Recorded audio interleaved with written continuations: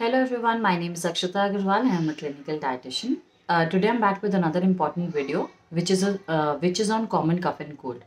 So as you know that whenever there is a season change, common cough and cold go on rise, and as you know there is a flu going on. So this video is specially to inform you about the various things you can do if you want to prevent the common cough and cold, and in case you get the common cough and cold, how to deal with it. So first three tips are preventive, and the last two tips are curative. So first and foremost thing, if you want to avoid cold and cough, is to switch the source of water that you are taking. So instead of going for water which is refrigerated, go for the water which is kept in earthenware. So it will have the right temperature so that you quench your thirst, but it will not have so low temperature that it creates a temperature difference to encourage the growth of virus or various bacteria. So therefore it will help you in dealing with the it will help you in avoiding the common infections that are going on, or the seasonal infections that are going on.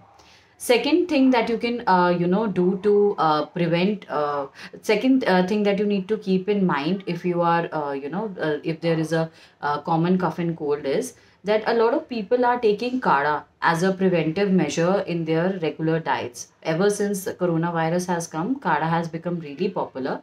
But one small tip that I would like to give here is that kada is made from a lot of ingredients which are very very hot in nature, and therefore going overboard with the dosage of kada can actually create side effect in your body. So kada, because it has a lot of hot components in it, it can really dry up your throat, it can really dry up your nasal passage, therefore leading to further discomfort.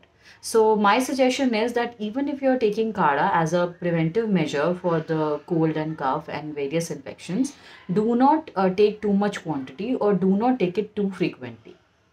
Third important thing that you need to keep in mind is three things that I can suggest you for preventive as a preventive measure against common cough and cold is: first, intake of turmeric every day. So ranging from a pinch of turmeric during summers to 1/4 teaspoon of turmeric during winters. Taking turmeric every day has been shown to be highly effective against preventing various infections like common cold and cough, and it really gives a boost to your immunity. Second thing that you can do as a preventive measure is doing breathing exercises like Anulom Vilom and Kapalbhati. They are a part of yoga, and if you practice them for 5 to 10 minutes every day, it has various health benefits. So I will list a few for you. Firstly, it clears your nasal passage, and therefore it gets rid of any kind of congestion that you may have, and it also acts as a preventive measure to ensure that no congestion happens. Secondly, it gets rid of all the possible toxins that may be present in your nasal passage. So therefore, ensuring that you don't catch common cold and cough. Thirdly, it improves your blood circulation and therefore enhances your immunity by making the blood reach your lungs and your nasal passage better. So exercising, doing breathing exercises every day is highly recommended if you're trying to prevent cold and cough. Third important thing that you can do is taking chaman prash. Now most of us know that what chaman prash is. It's a very very old ayurvedic jam that we take. We have been taking it right from our childhood, and now it is also available in diabetic variety for the people who are diabetic. And you can check the dosage as per your age and your life stage, and you can take it every day. As per the weather, you can adjust the dosage, but taking it every day has been shown to be very effective in boosting your immunity and preventing common cold and cough. So the major part of chaman prash is actually vitamin C. So vitamin C is a very very good immunity booster, and therefore taking chaman prash every day will really help you in avoiding common cough and cold. Now let us get to the curative tips for common cough and cold. So first tip is you need to hydrate yourself very well. Now, when we are dealing with common cough and cold, there is a very high tendency of eating foods or taking, like I mentioned, kada, or taking different foods which are very hot in nature. This really leads to dehydration or drying up in your body. So therefore, hydrating yourselves become very important. Second important thing that you need to keep in mind is at least 8 to 10 glasses of water needs to go in your body, so that your congestion gets cleared and your nasal passage and your nose are moist.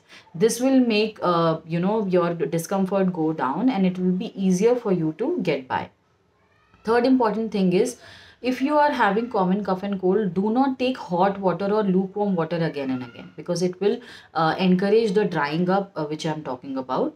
Try to take fresh water, not refrigerated, not heated up, just common simple water, plain water. If it is very cold, then you can slightly warm it up to lukewarm temperature and then take it.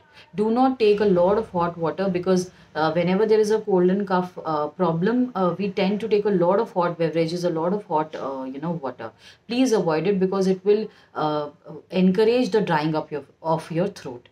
Next thing, that last tip that I would like to give you is about certain foods from your kitchen, which will help you in dealing with your common cold and cough. First thing is taking 1 teaspoon of honey with some ginger juice in it. It is very, very effective against common cough and cold. Next thing that you can take is badi ilachi, also known as black cardamom. It is also very effective. You can take it in your tea or in your kada.